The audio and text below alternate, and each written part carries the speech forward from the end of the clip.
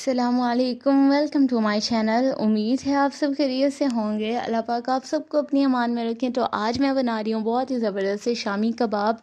और कबाब सबके ही फेवरेट होते हैं, टी टाइम में बहुत अच्छे लगते हैं। उसके साथ बच्चों को लंच बॉक्स में भी दिए जा सकते हैं। तो आज बनाते हैं मज़ेदार से शामी कबाब।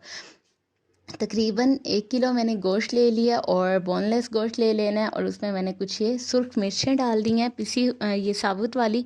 और उसके बाद एक जवा मैंने इसमें लहसुन का डाल दिया। और उसके बाद एक दरमियाने साइज़ का प्याज था, वो कट करके इसमें डाला है।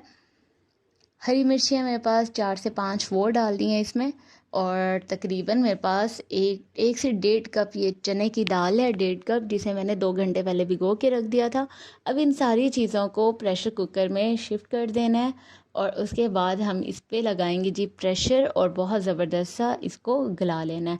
स्पाइसेस ऐड करते हैं। साबुत धनिया मैंने इसमें डाला है 1 टेबलस्पून सुर्ख मिर्च का पाउडर डाला है। 1 टेबलस्पून से थोड़ा कम मैंने इसमें हल्दी पाउडर डाल दिया। और अब जी डालते हैं इसमें नमक, तकरीबन 1 टेबलस्पून ही मैंने इसमें डाला है। और जी अब इन पे कुछ ये धनिया पाउडर डाल दिया था, ज़ीरा और काली मिर्च को पीस के वो भी इसमें डाल दिया। स्पाइसेस इतने काफ़ी हैं। अब इसमें तकरीबन मैंने 2 गिलास पानी डाला है। 2 से 3 गिलास आप पानी डाल के इसको प्रेशर लगा के इन सारी चीज़ों को मिक्स करके आप जी इन्हें गला लेना बहुत अच्छे से। मिर्चों की मिकदार मैंने थोड़ी कम रखी है, बच्चों ने खानी होती है, लंच बॉक्स में भी मोस्टली दिए जाते हैं, तो इसलिए मैंने ज़्यादा स्पाइसी नहीं रखे। तो अब जी प्रेशर दिया था तकरीबन 15 से 20 मिनट का। और जब मैंने चेक किया तो पानी इसका खुश्क हो चुका है। गोश्त अभी गला है या नहीं ये चेक कर लेते हैं। गोश्त भी गल चुका है।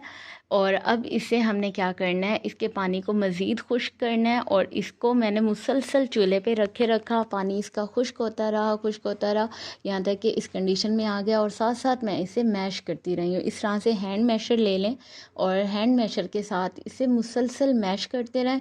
और चूल्हे पे पकता भी रहे, खुश्क भी होता रहे और मैश करते रहें। और जब चूल्हे से उतार लें तो फिर उसके बाद इसे तकरीबन 10 मिनट मुसलसल आपने हैंड मैशर के साथ मैश करना है। आपको किसी और चीज़ की ज़रूरत नहीं होगी। इसी में ही, इसी बर्तन में ही, इसी देगची में, या प्रेशर कुकर में ही आपका बहुत अच्छे से ये बैटर मैश हो जाएगा। और जब ये ठंडा हो जाएगा तो ये बिल्कुल वैसा होगा जैसा शामी कबाब के लिए मोस्टली बैटर तैयार होता है। तो अब इसे बहुत अच्छा सा मैश कर लिया था तकरीबन 15 मिनट। फिर इसे बड़े बर्तन में खुला खुला डाल के रख दिया था। और ये ठंडा होने के बाद कुछ इस कंडीशन में आ गया। तो अब इसके मैंने शामी कबाब बना लिए थे।